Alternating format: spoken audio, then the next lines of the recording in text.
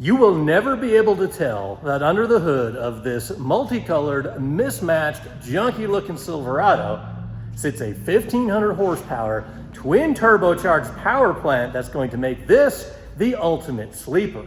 And that's because I have gone through great lengths to intentionally hide all of the high performance goodies. But underneath, this thing should be capable of a mid to low 9-second quarter mile. But before we get there, we have a little bit more fabrication and welding left to do.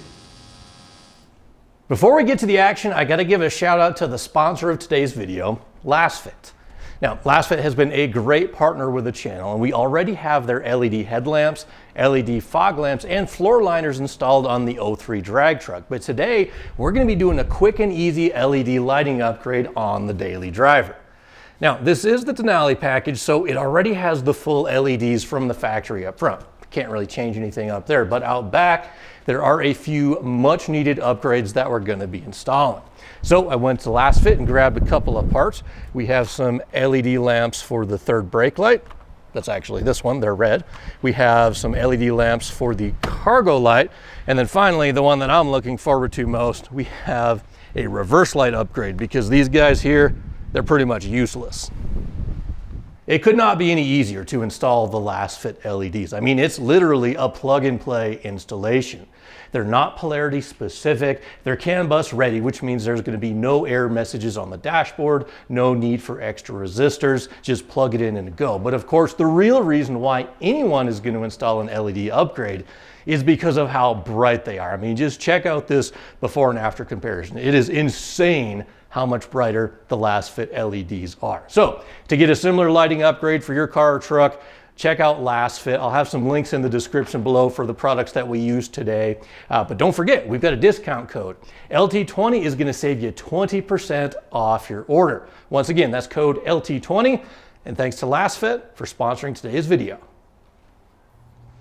So our first objective is to get the charge pipe made for the driver's side. Passenger side, we wanna mimic the driver's side, but we have one unforeseen challenge, and that's the upper hard line for the AC condenser. As you can see, it kind of goes right where the aluminum tube is gonna go. So I've got a rough mark on there. We're just gonna try to bend it out of the way, but we're not gonna bend it by hand. We're gonna try an actual bender. This one I thought might work, but this is for 5/8. I purchased this when I was thinking of doing hard fuel lines for the truck, but I have another one on the way first thing in the morning, and I think it'll work just fine for that 1/2-inch aluminum. And yes, my son was here over the weekend doing some doodles on the front of the truck. That's why it's now called Trucky McTruckface.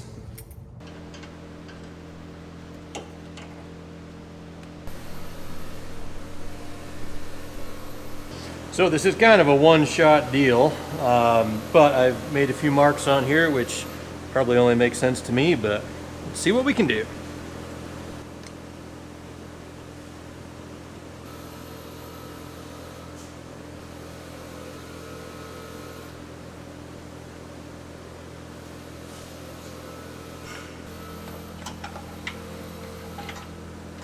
So I still have to bend the other half of the offset, but I just wanted to make sure that it's going to clear, or maybe we need to bend this one just a little bit tighter.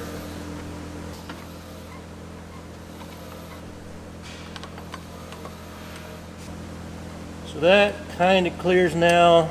I probably will try to increase the radius just a little bit though.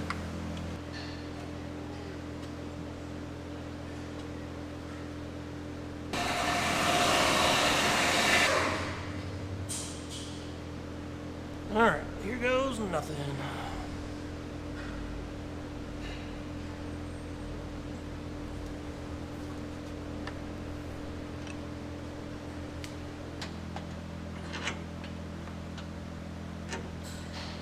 That actually looks really good.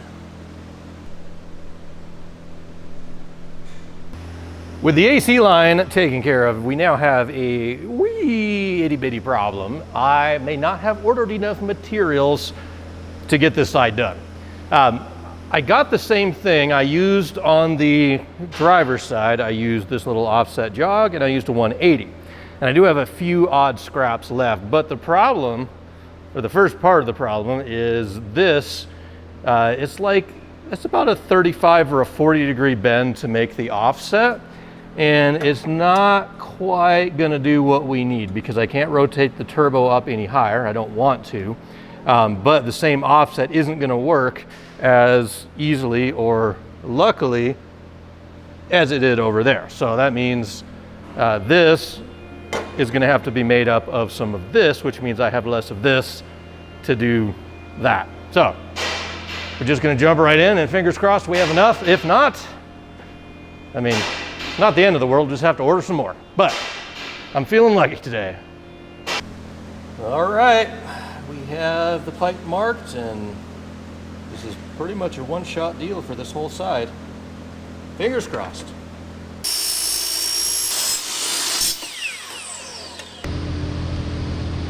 Now, one thing I absolutely hate is having an unnecessary amount of welds.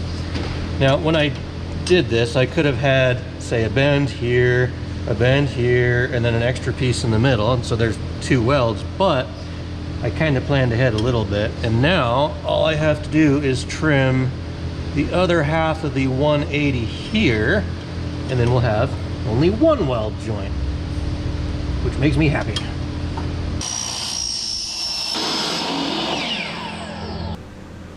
Let's see if we got lucky. Well, lucky is probably not the right word for it. That implies no skill. Right there.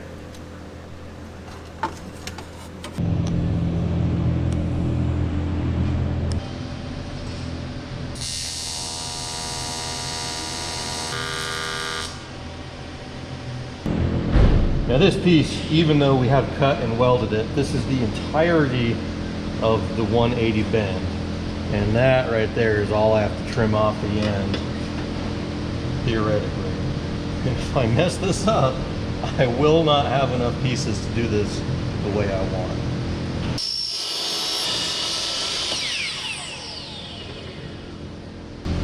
And we do have to trim this headlight bucket just a tiny bit further on this one corner.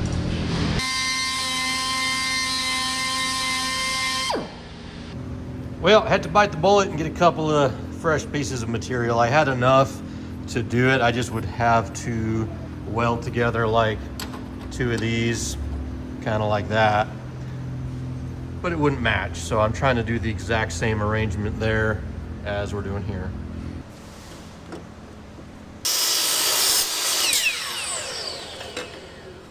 Well, my pile of scrap metal and attempted cuts is rapidly growing, but I have finally come up with the right combination. It's lined up, it actually lines up really good, but just right now it's kind of sitting under gravity, but there we go. That's kind of what it's gonna look like. So now I'm gonna start doing the precision marking and tack welding, and I think we have our finished product.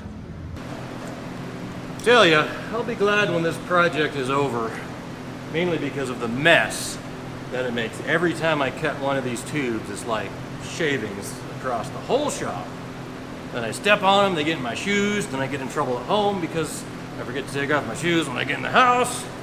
So, we're almost done.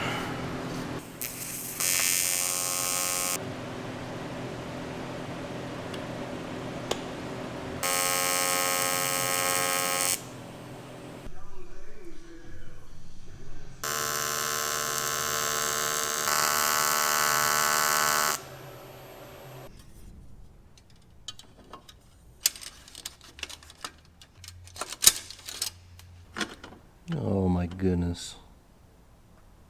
I am good.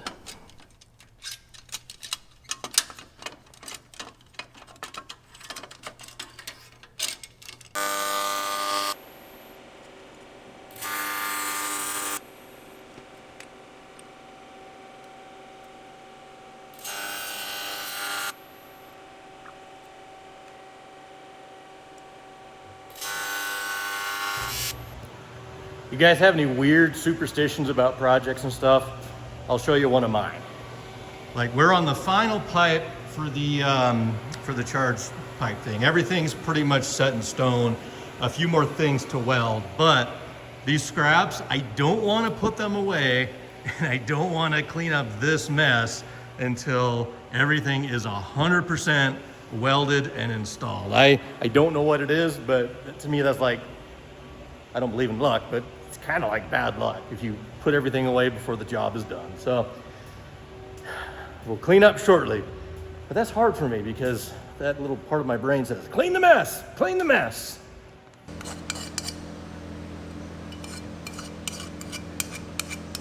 Want to know how to make a machinist mad? Break out the adjustable width scribes. I need to take exactly 1/8 of an inch off the end of this piece to set the clearance for the HD clamp. And yeah, this is not the right way to use a pair of calipers, but it works really good.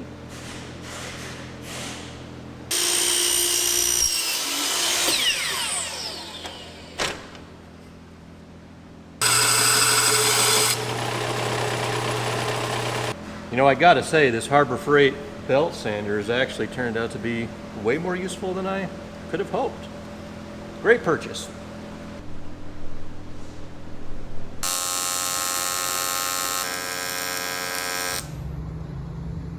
Somebody parked a little bit too close to the curb this morning. This is gonna be commercial.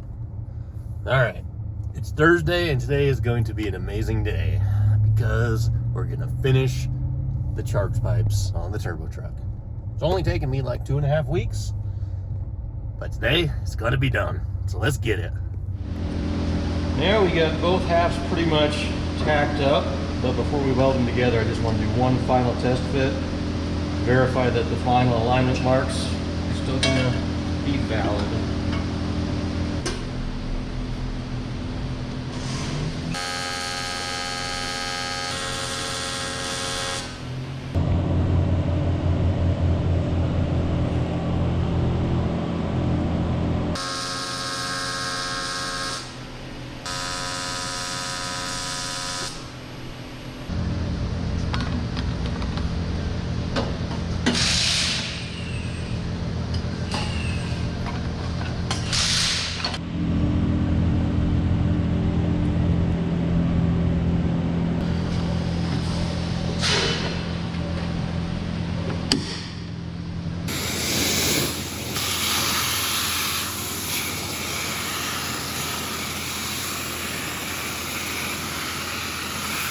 And there we go. Fabrication on the cold side is done. 3-inch charge pipes, just about symmetrical. This one had to be a little bit slightly different shape to clear the AC line, which we did modify, but that all fits really well in there. So yeah, that's almost the last fab project. I still have to work on the wastegate dump tubes, but we'll revisit that later, because for now, I am going to be working on the 2 corners of the engine bay. On this side, I need to modify the bracket that holds like the inner fender liner and the hard line for the AC. And then over there, we need to work on the PCM mount. We talked about this last time, but we did have to relocate the computer. Normally it sits down here, interferes with this charge pipe, and the battery normally sat there. So battery now lives over there. This is gonna live here, but we need a bracket. So let's make a bracket. All right, 3 pieces to the puzzle. The original battery tray, it's just a nice flat spot. This is gonna serve as the base. This is the bracket we picked up from these guys, Off-Road Anonymous. Really nice, simple bracket, and it's gonna do exactly what we want. Leave space for the wires underneath. And this is the original PCM bracket. We're just gonna cut most of it away, but we're gonna retain this part here because it acts as a spacer for where the battery cable, or the battery tray bolts down. And I know that you're probably screaming at the camera, it's a race truck, it doesn't need all this stuff. Tell that to my brain.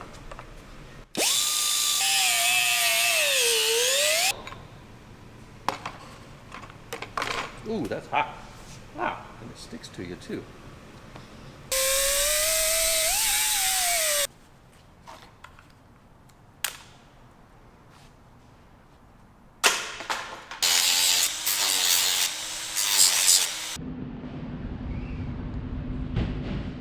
Next, we got this little lip that kind of holds the battery in place. We're just gonna zip that off, make a nice clean look.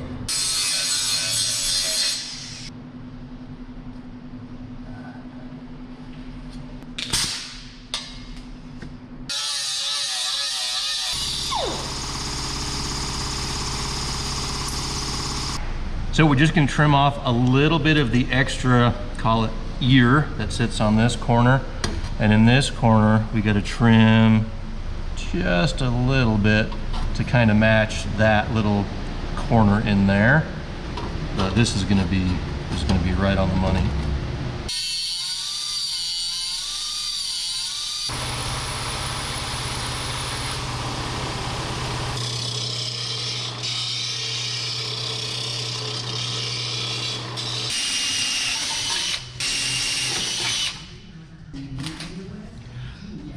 So we are going to get a little creative. Basically, I'm going to be welding the bolts to the top side of this tray, but because the surface is kind of uneven and I don't want to tweak the bracket when we bolt it down, I'm going to spot weld it to the back with everything already kind of bolted. That way the 4 bolts are acting as studs and they're all perfectly vertical. So here's a cool tip that I've figured out. If you want to make things round, and you don't want to hold them with your fingers, put them in the end of a drill. That way I can clean off the coating and make them round easily.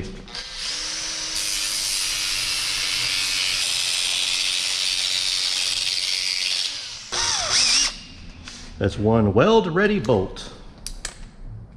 It's hot though.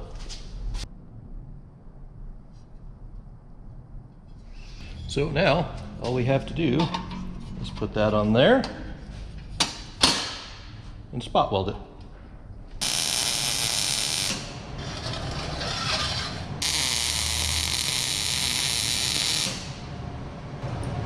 Beautiful. It's almost like I know what I'm doing after all these years.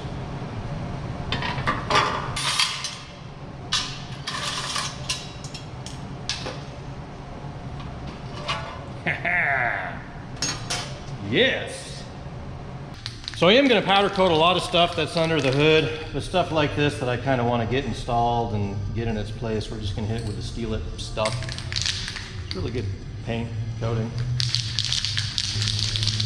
And feel free to judge my prep work all you want. I'm not a painter, and I'm okay with that. The nice thing about this coating is it's kind of thicker, so it'll hide any of the like wire brush marks that I didn't really sand out.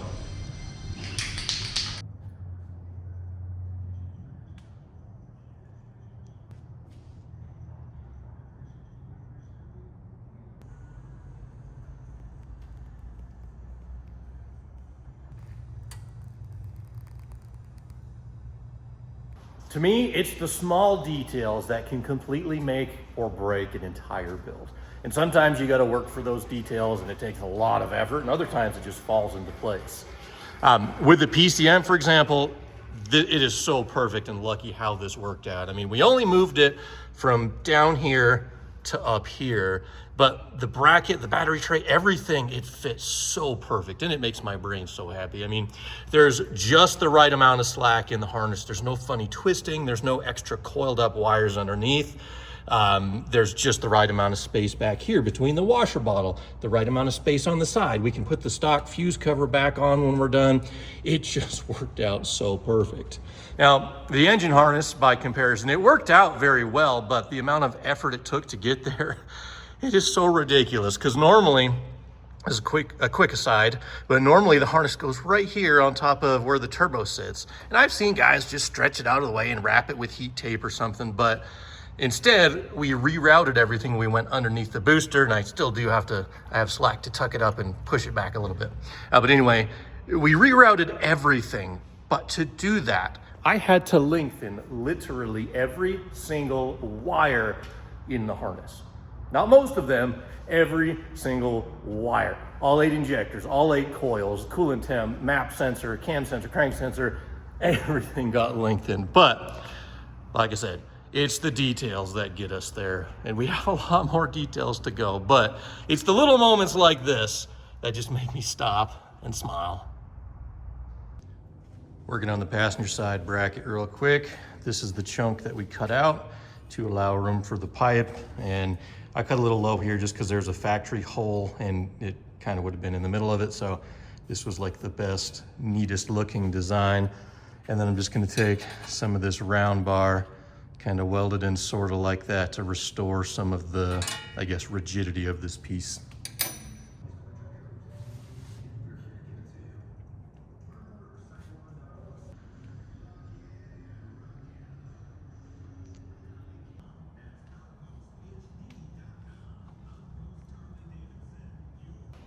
I gotta say, it's a huge relief to have this part of the project done and crossed off the list, because I'm getting really burnt out on fabrication. Between building the exhaust and building the intercooler mounts and the tubes for the intercooler, it feels like almost 2 months I've been doing nothing but cutting and fitting pipe and welding it together. And don't get me wrong, I normally enjoy it, but I also enjoy a little bit of variety. In terms of fabrication stuff left to do, really there's 2 major projects and probably a couple dozen minor projects. The 2 big ones are the wastegate dump tubes. We got to go from here down below the down pipe, and it's going to kind of point right to the ground below the frame.